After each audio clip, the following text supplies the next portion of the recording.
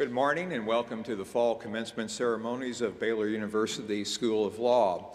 This is a day of celebration and memory. And to begin our ceremonies, I call upon a member of the graduating class, Catherine Janelle Fort, also known as Katie, to deliver our invocation. Katie.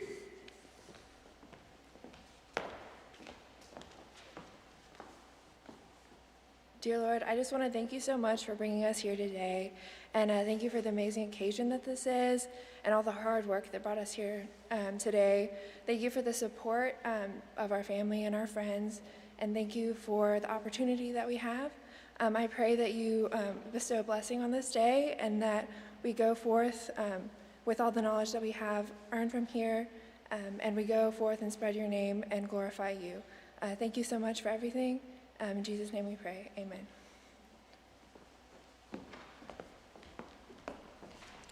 Thank you, Katie. That's an honor to be chosen by your classmates to deliver the invocation. Good morning once again. This is the fall commencement ceremonies of Baylor University School of Law. We are this morning operating in a COVID-19 protocol. It is a bit different than what we would have been anticipating a year or two ago, but nonetheless, this is a day in which we are going to honor and celebrate our graduates. COVID-19 is no match for the love, the friendship, and the camaraderie that we have with our graduates and that Baylor lawyers across the state and nation have. I want to begin the ceremony by noting that graduates, each of you have come a long way.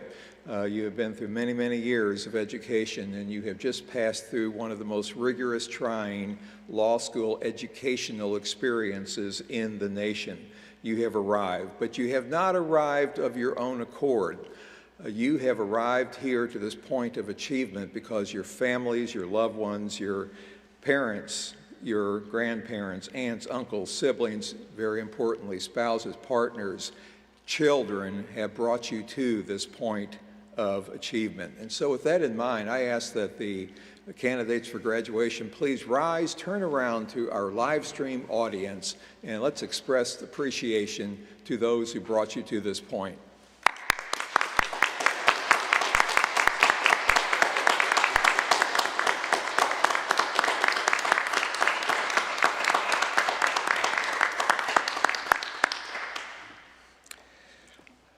Thank you.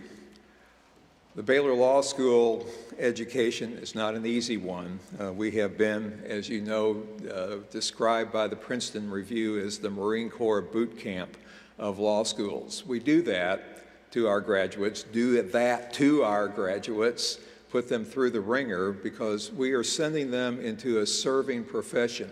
We're sending them into a profession in which they are going to be serving clients who have their liberty interest at stake, their property interest at stake, their businesses may be failing, their families may be disintegrating, and they need the wisdom, the training, the education of a Baylor lawyer. And of course, as I am fond of saying all the time, when we write or type Baylor lawyer, everyone knows we do it obviously with a capital B, but we also do it with a capital L because Baylor lawyer is not just a descriptor, it is a brand. We emphasize to our students from orientation all the way through graduation that we are a serving profession, that we're reaching out to make it happen. We are a faith mission school, and very importantly, I enjoy pointing out to the students regularly that we all need to know why we are here on this earth. And of course, the answer that we have to give to that as Christians, as people of faith generally, is that we're here to vertically glorify God and horizontally to serve His kingdom. And of course, in serving others, we serve God's kingdom. And I remind each of you that as you go forward into the profession and into the practice, that you will have a long and distinguished experience as a Baylor lawyer if you serve from your heart. It makes no difference what's in your head, what your skills are. You have to invest self. And I'm so proud of each of our graduates here this morning because they are each persons of faith, they are each persons of service, and they will make us proud as they go forward into the profession. We at our graduations always pay tribute to those who have served in the armed forces, whether active, reserve, or retired. We don't have an audience with us this morning, but I'm speaking now in particular to the live stream audience. Oftentimes, the nexus between the legal profession and our armed forces is overlooked. We, as lawyers, we are the stewards, we are the guardians of the rule of law in our justice system. What we do would not be possible but for the security that the armed forces provide around the globe, to our nation and indeed around the globe. The armed forces make possible the space, the sphere in which we can serve. And so with that, for our live stream audience in particular, I turn to you and I say, you are the real heroes. We live in a day and age in which hero is assigned so often to those who do not deserve it. Our veterans, those in active service, retired, reserve, they are the real heroes. So let's hear some applause for them.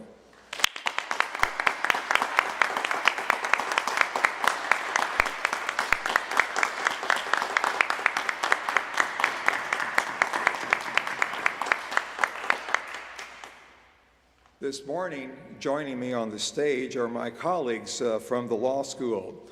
I will be introducing the speaker for the commencement ceremony, Professor Jim Wren, in just a bit later in the program. But right now I want to turn around and I want to acknowledge my colleagues. And I also want to acknowledge Dr. Nancy Brickhouse, the Provost of Baylor University. In your programs, which are available through the live stream, we have biographical notes on each of them, so I will keep my descriptions of them brief, but to the point, and perhaps focusing a bit on the intangibles. Dr. Nancy Brickhouse. Dr. Brickhouse, I'll summarize by saying, is my boss. But very importantly, Dr. Brickhouse is the provost of the university. That means that she is in charge of the 12 colleges and schools of the university, as well as the affiliated academic endeavors of the university.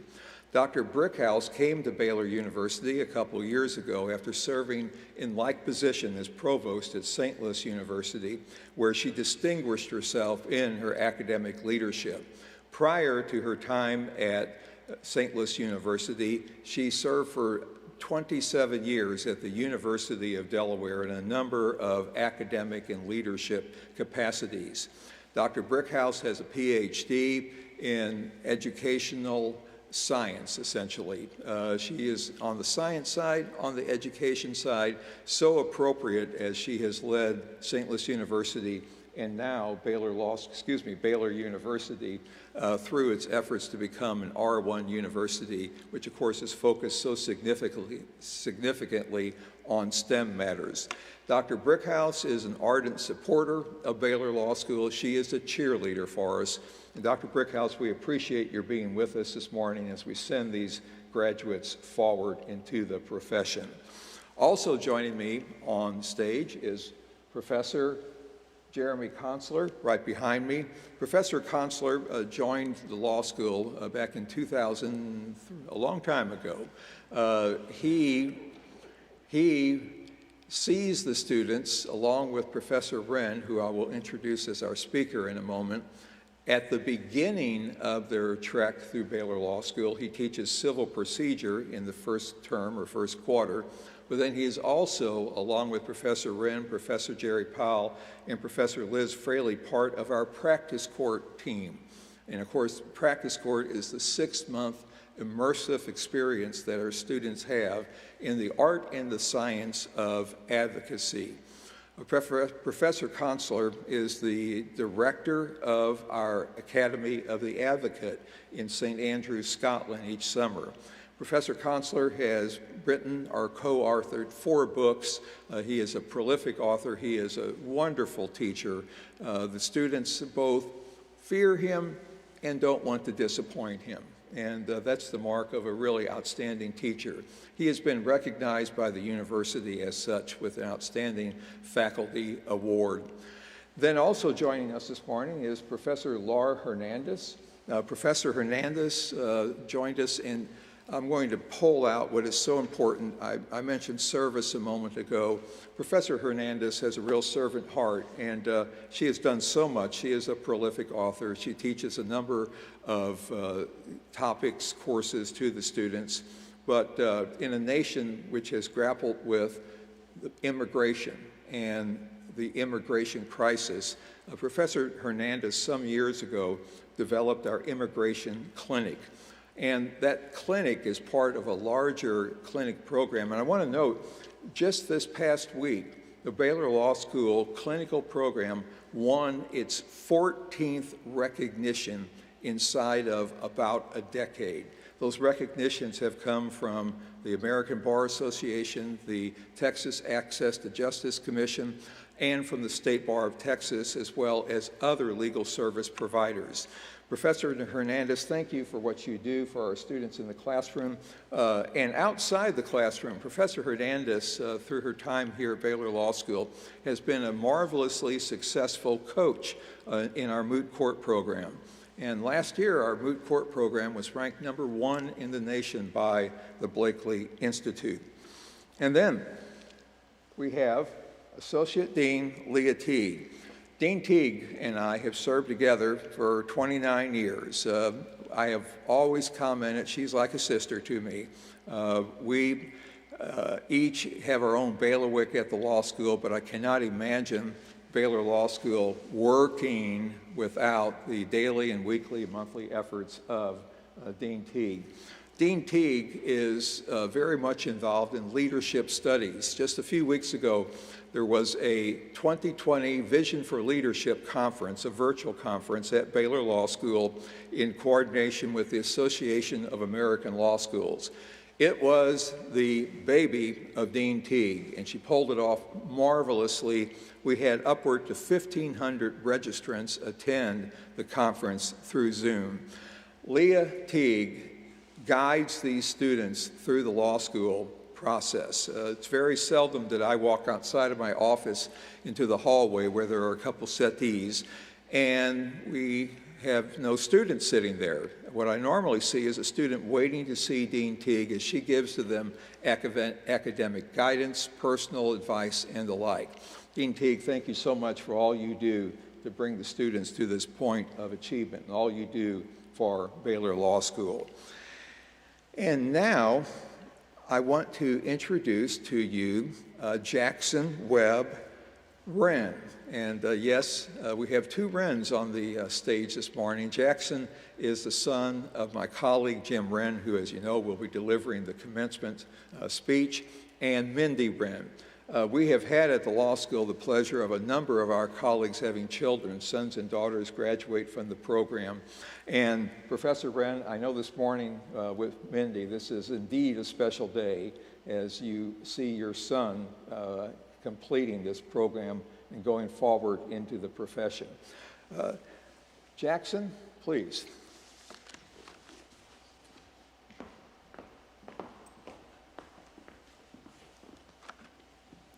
Thank you, Dean Tobin. Good morning, everyone. I had what I consider to be a rather inspiring speech planned around the famous Man in the Arena speech given by Teddy Roosevelt. And about 45 minutes ago, I just asked my dad, hey, just by chance, you're not referencing that, are you? And in fact, he is. So this is going to be a little bit of some legal improv, so I'm not stealing what his speech is going to be. So the Man in the Arena speech, the reason that I chose that I wanted to talk about and I love is because I guess in general it talks about basically the triumphs that come with daring greatly and getting in that arena, whatever that arena may be, and win or lose, just the trying and the continual effort that comes with that is important. So the arena that I am switching to, doing a little bit of legal improv on, which is kind of how I think we've all done some law school, is some legal improv, is a story when I was in 7th grade. So it's a very vivid story because it's burned in my memory forever. When I was in 7th grade, my coach, Coach Boswell, selected me to do the hurdles. And I had a huge crush on this girl. She was a solid 13 inches taller than me, and she was watching. So I'd never done the hurdles in my life before, and I thought, okay, Jackson, this is your time. This is when you're going to kill it. So I get to the track meet. You know, it's filled with people. My dad's there. He's cheering me on from the sidelines, and I look at the hurdles, and I'm like, these are higher than what I planned for. These look super high. And keep in mind, I'm like 4 foot, I don't know, 5 at this point in time. Pre-puberty, pre-everything. It's terrible. I can't jump high at all. So I'm about to go, and I've jacked myself up. I'm ready to roll. I look at my dad. He's pumping his fists. He's cheering me on. And then all of a sudden, they raise up these hurdles about 8 inches taller, because the hurdles that I had been practicing on for one hurdle were the girls' hurdles. So they raise up these hurdles. All of a sudden, it's like above my chest, and I'm like, oh no, this is going to be terrible, especially in front of the tall girl that I'm in love with. So my coach gives me a little pep talk. He's like, Jackson, you can do it. We picked you for a reason. Turns out they didn't pick me for a reason, but the gun goes off. I sprint. I jump over this first hurdle, and I clear it. And I'm like, I'm killing it. I am a collegiate athlete here. Go towards the next one and just face plant hard, like there's asphalt in my head at this point. And I get up, and I go to the third one, and I face plant again. And literally every one of these hurdles I face planted on. It was 100-meter hurdles. It took me, I don't know, you remember about 2.5 minutes or so to cross the finish line. You know, I became the kid that like everyone stands up for, cheering him on. I was running across the finish line, asphalt in my knee. There's blood everywhere. Everyone's cheering for me. You know, I don't know if it's ever taken anyone 2.5 minutes to run 100 meters, but I did that, and had my dad cheering for me on the side. They ended up putting a Band-Aid on my participation award that I got in there, just as a little, I guess, joke for the long haul. But that is how I view my experience in law school, is these hurdles. So I want to talk about what some of these hurdles were. You start off and you get accepted to Baylor Law School, and it's a big honor, and you get to class, and then you land in class with Professor Counselor, and he's a very intimidating man. So I think probably all of us felt like we're doing pretty good at this point. You know, we're smart, we're in law school, we're using words like tortious and procedure and judge, the real legal words. And then we hit the midterm time, and I think it kind of kicks everyone into reality that this is terrible. I will say, Professor Counselor, I think out of our graduating class, all 6 of us have a crush on you, including most of the all other girls in the Baylor Law School classes in general. So we've got a celebrity on our hands with Professor Counselor. So that's the first hurdle. We just get kicked and we fall down, and we realize we've got a lot to learn. And then we get into criminal law with Professor Sayre. And I've got to be honest, it made no sense to me. We get to the end of the quarter, and there's something called the Sayre-a-thon. And what I've learned that entails is about 4 to 5 hours of drawing markings on the board. That is very confusing. I think if you looked at the map that was drawn at the end, it would look like something that, I don't know, a cult leader might draw to convince everyone that he's the second coming, because of the arrows and the lines point to whatever. So somehow we got through that. I know that all of us have been through the Sayre-a-thon, and it is a lengthy time. Then we get to T&E and BizOrg. Got Professor Miller over here. I think one of the more intimidating things is hearing that in BizOrg, learning about you, that you scored, number 1 on the bar exam. I mean, that is horrifically intimidating. So we had you, and we had Professor Featherston, and at the beginning of Professor Featherston's class, he'd talk about stuff, and he'd say, it's just fun and games. It's just fun and games, folks. And we come to find out it's not fun and games at all. It is it is extremely difficult. You know, I'm thinking fun and games are things like Legos or finger painting, and it is nothing like that. Professor Miller, your class was nothing like that either. It was incredibly difficult. I don't think you ever gave us the false warning that it was fun and games. I think that you just said there's a lot of material to be covered, and we covered it. And I'm proud of us for getting through that. And then, you know, we all take some different classes, and then we get to practice court. And I think our experience in practice court in particular was rather unique because five weeks in, we switched to online mode, which I think is one of the great graces of God that we were able to get out of the class with old Professor in and Professor Counselor. I remember on the first class in Professor Powell's class, he walked in and everyone's terrified, and I think everyone's just acting, pretending like they're not terrified. He comes in and he says, "Mr. Wren." I stand up, and I intentionally wore a white shirt that day so you couldn't see me sweating because I was terrified. I wore some pants that were kind of big so you couldn't see my knees shaking. And he said, "How was Daddy's class?" And from that point on, I think he called my dad Daddy for, I don't know, the whole 6 months or so. So that definitely felt weird, Daddy. I feel like we need to warn some people not to call him that. You know, and then it starts to come to a close. We get to big trial.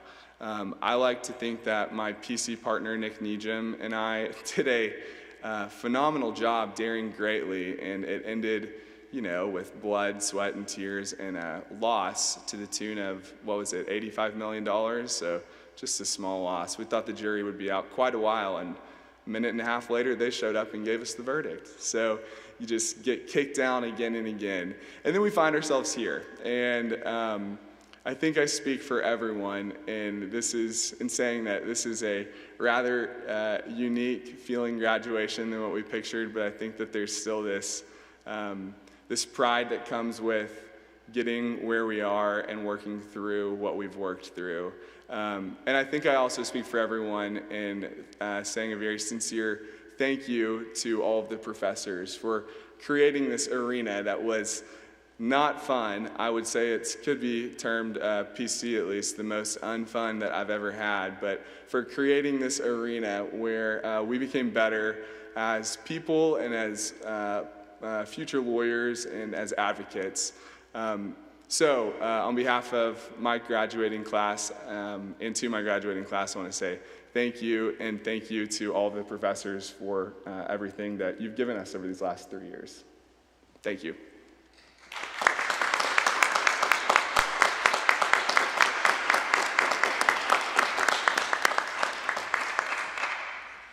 Jackson, you may have face planted in the asphalt, but as the highest ranking student in the graduating class, obviously, you learned something about getting over hurdles in your life. Congratulations. Excellent remarks, Jackson. I also appreciate the fact that Jackson kind of gave us a synopsis of several of my colleagues on the faculty. And I want to cap that off by saying that the achievements of these students is made possible not only by family and friends, but because we have a faculty and staff, my faculty and staff colleagues who day in, day out make it happen for our students in our program. And I want to, at this point, acknowledge my faculty and staff colleagues. There are some here in the sanctuary. I know many are joining us on the live stream, but let's take a moment here and thank those who have shepherded you through the classrooms and the courtrooms of Baylor Law School.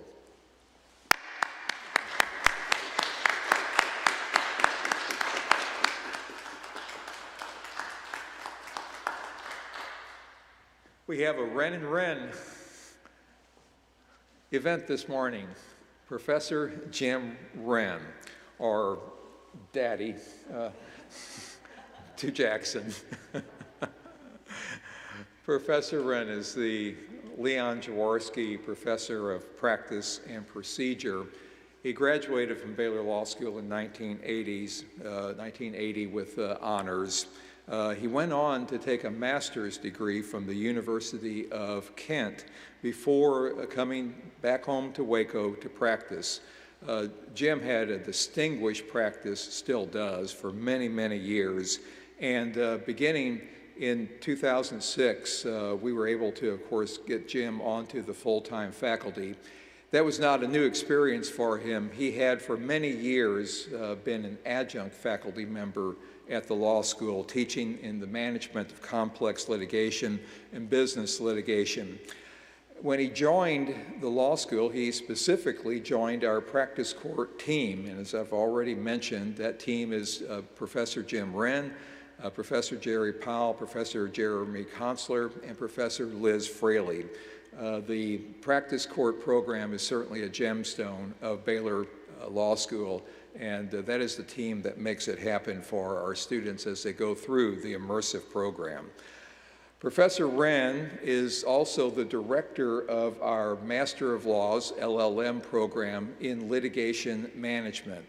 And Jim, I'm very proud of you. This is a good example, the LLM program, of what you're all about. You didn't have to do it. It was your idea. You decided that it would fit well and niche in the market of legal services. And beginning about 3 or 4 years ago, Professor Wren, and then later along with Professor Fraley, put together this LLM program that has proven to be highly successful and popular as well. Jim, as I say, you always reach out to do that which is not required. Jackson, your dad runs the 100-yard hurdles, and then he decides to go for a few hundred more hurdles around the track. And I think that has something to do with your success. He has modeled, along with your mom, what success in life is. Professor Wren has received all manner of accolades in the profession. He's been what is called a super lawyer for about the last 20 years. He's board certified in civil trial advocacy and civil trial law and personal injury. He has served as the national president of the National Board of Trial Advocacy. He has taught in the Trial Lawyers College. The university has acknowledged him as an outstanding professor in his teaching. A couple years ago, he was honored, and this speaks to his influence upon young lawyers, upon law students, as the Mentor of the Year. He's a master of the bench of the Abner McCall Inn of Court, and he is absolutely tireless. All my colleagues would certainly testify to the fact that Jim just does not recognize hours on the clock. He gets up every morning, and it's been observed that somehow he manages to squeeze about 30 or 32 hours out of 24. He is a workhorse, but everything he does is for investment in the profession and graduates' investment in you as you have gone through the program to reach this point of achievement of being Baylor lawyers. And with that, Professor Wren, I call upon you for your remarks.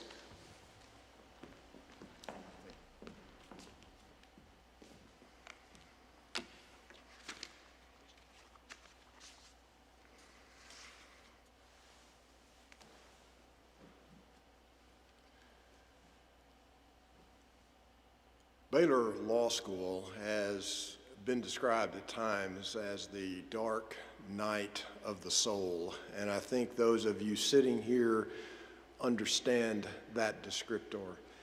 There is a song that is sung, and there's some starting lyrics of it that I want to quote. I am weary with the pain of Jacob's wrestling, in the darkness with the fear. But he met the morning wounded with a blessing. So in the night, my hope lives on. What is that referencing? That is referencing the namesake of the nation of Israel, Jacob.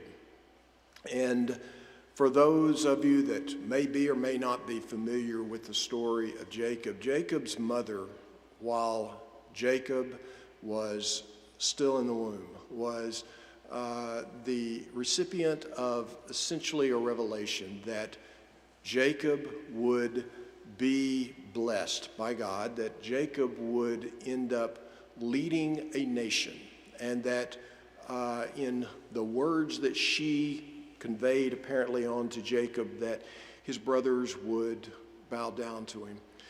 Jacob, I think, probably craved something we all crave, and that is control, to be assured of the outcome.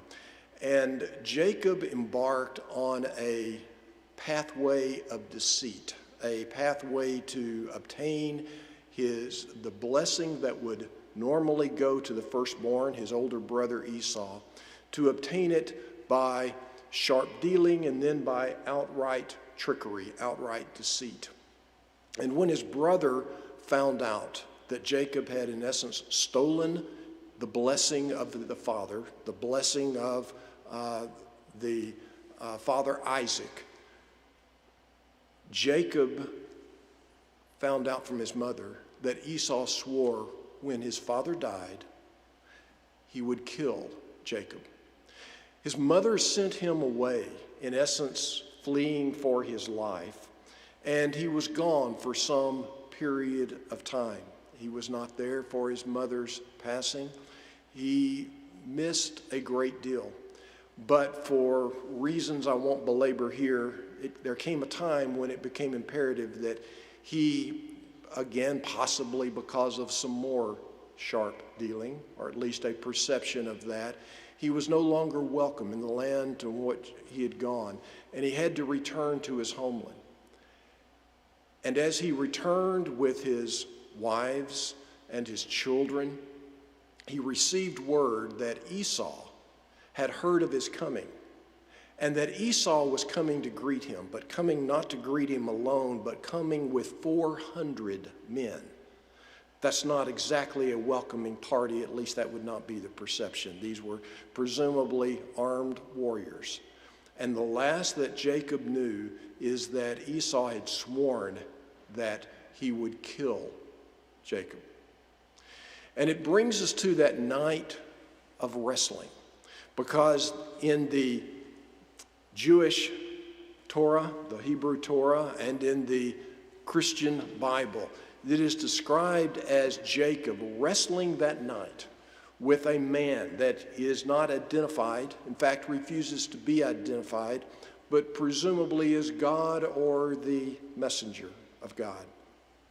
And following a long night of wrestling, we don't know whether this is literal, metaphorical, but clearly Jacob is struggling for control, because he desperately wants out of the trap, to not face what is coming. And yet he cannot abandon his wives and children. He cannot just turn away. So what does he do? No doubt, I can only imagine that he is asking for a sign. He is asking for some sort of deliverance. Lord, how about sending me some men? Lord, how about sending me a sign? Maybe Esau sending word ahead that he comes in peace. Lord, how about a lightning strike? Something. Do I have to go through with this? And it is described that at the end, he, in essence, says to this one he is wrestling with, I will not let go. And the one with whom he is wrestling, this unidentified messenger, reaches out and touches the socket of Jacob's hip. In other words, instantly hobbles him. There is no question that the one with whom Jacob was wrestling had that power throughout, had the power at any point to end that wrestling match. But he finally says to Jacob, let me go. And Jacob says, bless me. He is blessed, and it brings us back to the blessing that he had stolen from his brother, the blessing of his earthly father, where his father had told him, your brothers will bow down to you. And yet, what was Jacob compelled to do as he went out to meet Esau with the blessing of God? It says he went out and bowed down 7 times before his brother Esau. Now, this is a strange story, isn't it? What is going on here? As I said in the beginning, have no doubt that Jacob craved what I believe we all crave, and that is control. He craved assurance, to know and to be assured of the outcome. And I think he, in that long, dark night, he wrestled for something that would give him assurance and give him control. And he did not get it. In other words, the only thing he ultimately got was this wound and some sort of verbal assurance, you're blessed. But what does that mean? Does that mean that this is only something for the future, that he is going to have to face humiliation, he is going to have to face possibly death, possibly even the execution of his family? What does it mean? And I think he had to step into that morning with no real assurance, but with a decision to be made. Was he going to go forward, or was he going to flee that moment? With nothing else other than the word that this is what you are to do. So I want to come back to the words that I was starting out quoting. I am weary with the I am weary with the pain of Jacob's wrestling, in the darkness with the fear. But in the morning, he met the morning wounded with the blessing. So in the night, my hope lives on. What does it mean to meet the morning wounded with a blessing? I know from talking to each one of you at various points, including in the last few days here, this week, leading up to this time right now, I know that each of you in your life, certainly, and especially in the progression of law school, and maybe even in the progression of practice court, you have struggled with that dark night, that desire, that desperate desire for some sort of assurance. You have faced examinations. You have faced questions of whether you will pass courses, whether you will pass the bar examination, whether you are up for the trial ahead. And what it is that we seek to instill here in your Baylor education is the experience, as best we can replicate it in an artificial environment, the experience of facing trials and having to make that decision. First of all, can I have some assurance? And the answer to that is no, there is no assurance. And so you are faced with the choice, then in the absence of that assurance, do I step forward? I want to quote some words from Dr. Brené Brown, who I anticipate many, if not all of you, may have some familiarity with. She is the author of books such as Daring Greatly. And she speaks in a way that here in a pulpit of this church may not be the common language expressed in this pulpit, but there's an authenticity to these words. She says, I want to be in the arena. I want to be brave with my life. And when we make the choice to dare greatly, we sign up to get our asses kicked. We can choose courage or we can choose comfort, but we can't have both, not at the same time. When I see people stand fully in their truth, or when I see someone fall down, get back up and say, damn, that really hurt, but this is important to me, and I'm going in again, my gut reaction is, what a badass. And let me just say to you again, with apologies standing in this pulpit for the language, and yet I believe it is authentic, we are training you as badasses. And I mean that in the most positive way. I mean that as difference makers, willing to stand and deliver for people. I know your stories. I know something of your dark nights. and you have not chosen comfort. You didn't choose comfort when you chose to come to Baylor Law School, because the course here is not the typical law school course. You certainly understand that. And every Baylor lawyer ahead of you understands that. You may not have been in the foxhole with them, but you've all been in the same foxhole. They understand what you have chosen. You have not chosen comfort, you have chosen courage, which also means you have chosen vulnerability, not necessarily knowing in every instance what is the outcome.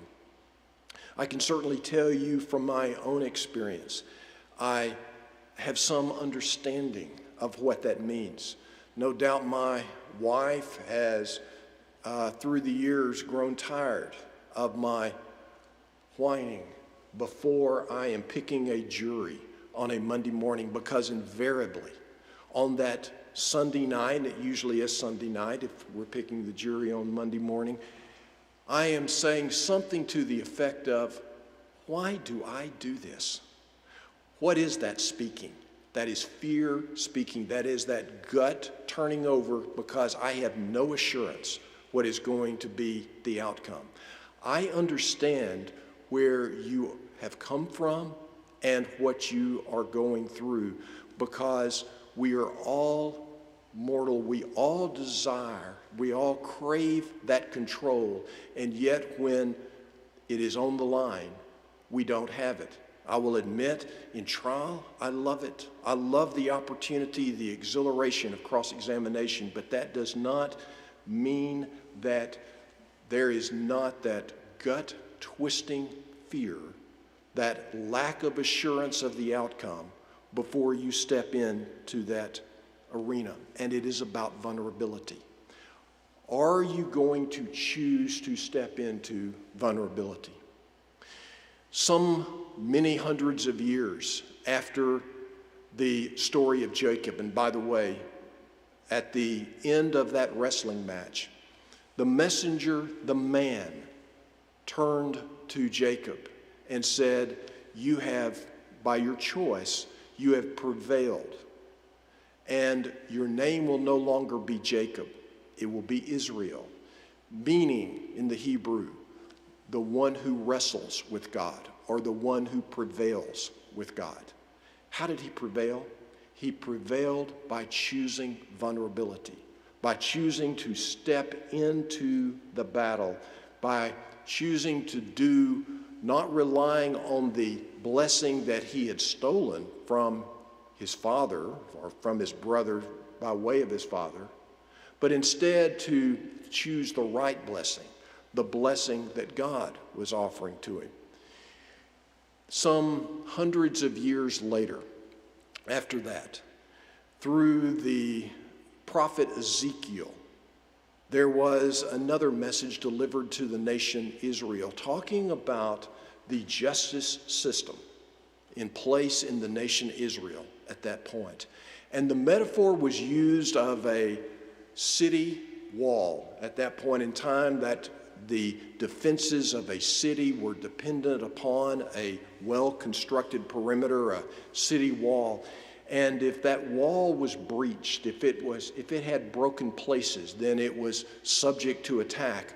And who would step in to those broken places to defend? It had to be someone that was willing to step in with vulnerability, because they no longer had the full wall to protect themselves. That was the metaphor that the prophet Ezekiel utilized, quoting, in essence, the message he had from God. And this is the message.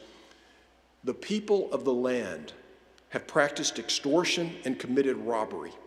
They have oppressed the poor and needy and have extorted from the alien without justice.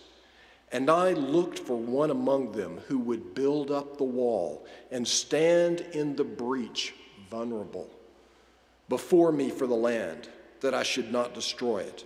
But I found none. What an indictment. And what you have the opportunity, and what you have chosen by taking the hard course here at Baylor Law School, we have introduced you to the idea of trials, and I use that in the broadest sense. That is the idea of choosing whether you will stand in courage to go forward for the right thing when you have no assurance, to lead and guide, to protect and rescue people. Dr. Brene Brown, who I quoted a moment ago, when she was talking about this idea of leadership and vulnerability to a military unit, and these were battle-hardened soldiers that had already experienced war. She was talking to them about leadership, and she said to them, "Can you give me a single example of courage that you've witnessed in another soldier or experienced in your own life that did not require experiencing vulnerability?" There was a thoughtful pause, and then the unit commander said, "No, ma'am, I can't." There is no leadership without vulnerability. And you have had the opportunities to choose the pathway of courage. You have not chosen comfort, you have chosen courage. You're going to be facing that in so many ways in your life, in your professional life, in your personal life, whether it is trials in the courtroom, whether it is leadership opportunities in difficult situations, just even the bar exam coming up, but in future negotiations, in future deals, there is a pathway that you will come to know is what you are being called to do because it is right, but it will not be the pathway of comfort. It will require courage.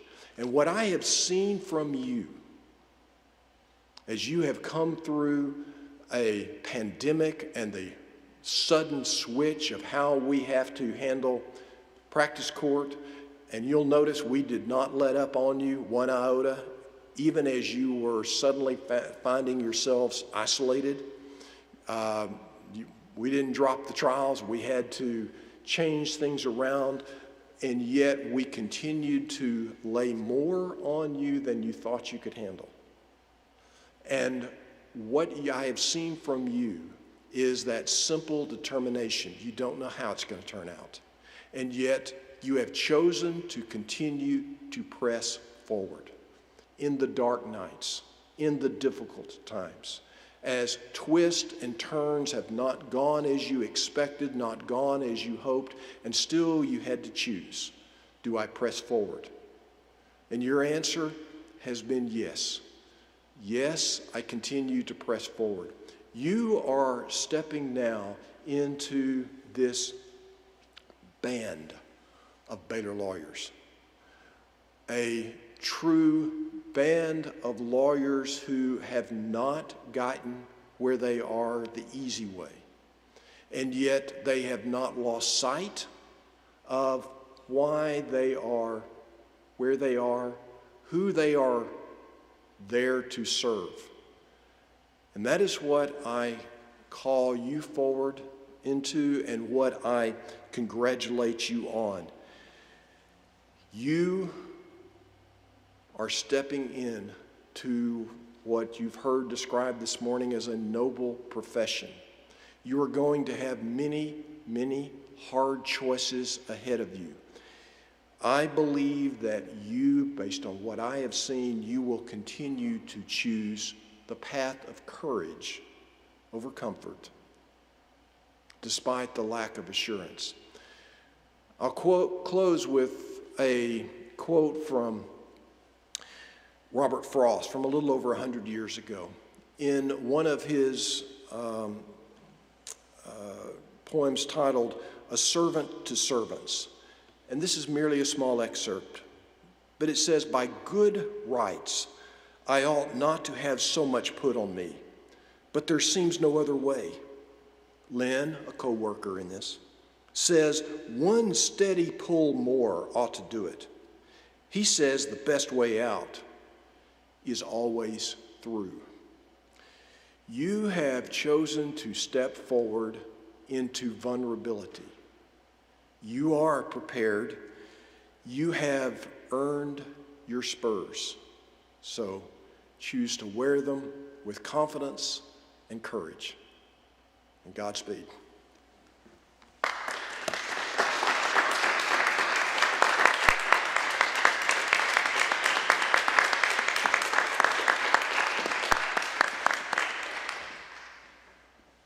Class, Professor Jim Wren is someone who has never chosen comfort and has always exhibited such courage. It reminds us of Teddy Roosevelt speaking of the poor spirits who neither enjoy nor suffer much because they live in the great twilight that knows neither victory nor defeat. Well placed, well done, excellent. Thank you, Jim. Thank you. I now invite Dr. Brickhouse to deliver some remarks of congratulations to the class. Dr. Brickhouse.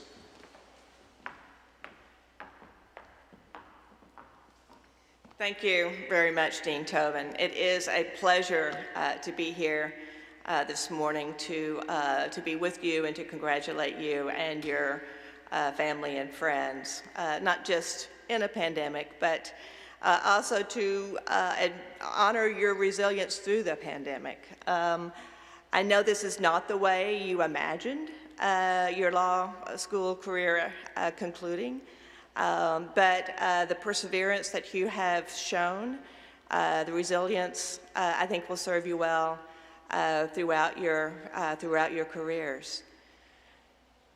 You know, it's interesting, Dean Tobin says that I'm one of the law school's greatest cheerleaders.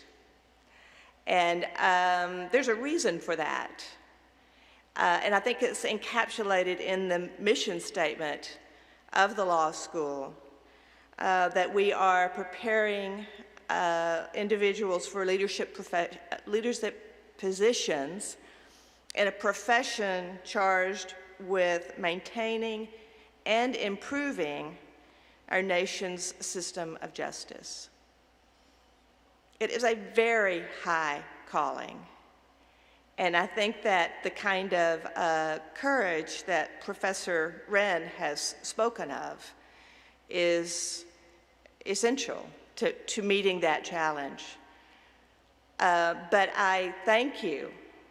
I thank the Baylor Law School for preparing you for this fight.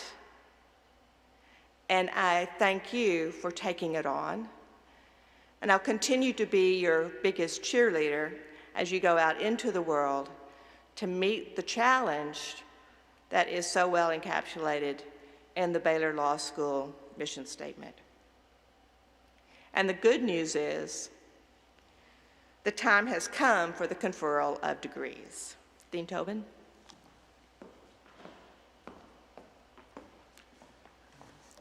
Provost Brickhouse, each of the candidates before you has completed the requirements for the degree of Juris Doctor as prescribed by the faculty of the School of Law through the authority of the Baylor University Board of Regents. Accordingly, it is my delight and my privilege to present them to you for the conferral of the degree. Based upon the recommendation of Dean Tobin, Dean Teague, and the faculty of the School of Law, and their certification that each of you has completed the requirements of your degree, and on behalf of the Board of Regents of Baylor University and President Linda A. Livingstone, it is my pleasure to confer upon you the degree of Juris Doctor. Congratulations.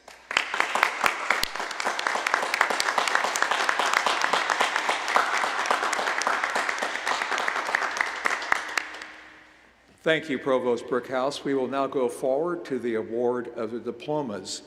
The candidates for graduation have already been hooded in a prior service that will be made available on video to the family, friends, and graduates.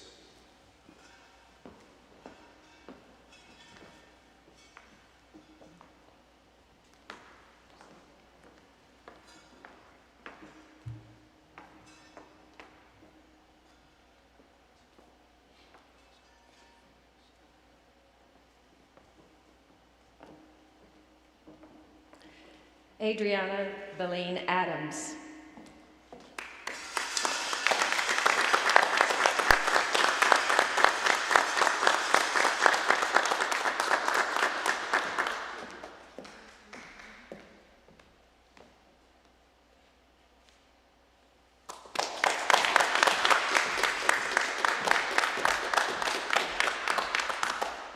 Andrew Carroll Drexel.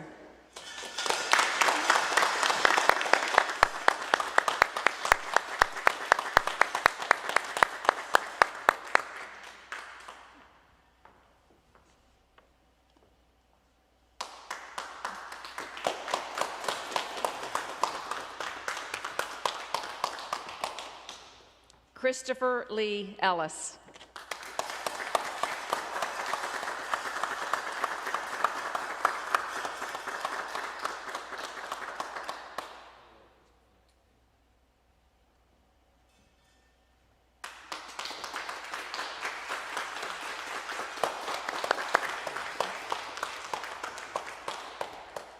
Catherine Janelle Fort.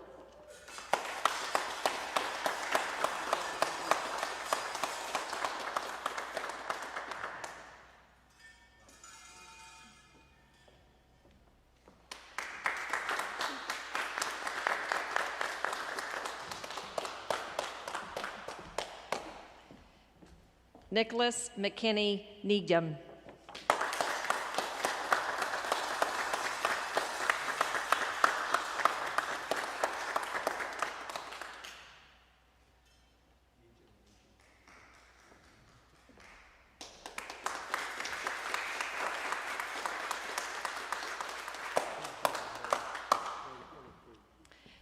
Jackson Webb Wren, highest ranking student in the graduation class.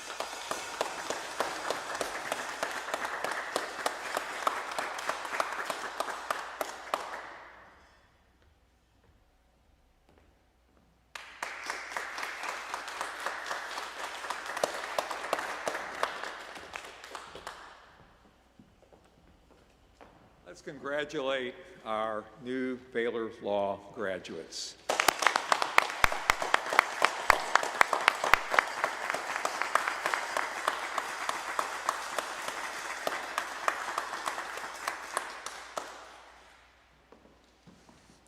Graduates, remember what the profession is all about. Remember why you have come to Baylor Law School. That we have a faith mission. And I'll repeat again, know why you are here. Always know why you're here in the decades ahead. You're here to serve God's kingdom, to glorify God by doing so. And Professor Wren this morning has given you a prescription that's going to call you out, to be vulnerable, to go outside of your comfort zone. You've all demonstrated that you can do that, and you'll continue to do that through the balance of your lives, personally and professionally. We're very proud of you as Baylor lawyers, capital B, capital L. And now we're going to send you forward, and I want to especially, once again, thank all the family and friends, your loved ones, who have made possible this day. And I thank my faculty and staff colleagues. Frankly, they rock. They absolutely rock. So dedicated to the development of Baylor lawyers. And Provost Brickhouse, thank you so much for joining us this morning. A special delight to have you as part of our ceremonies. With that, we are adjourned. We will return to the sanctuary in a moment.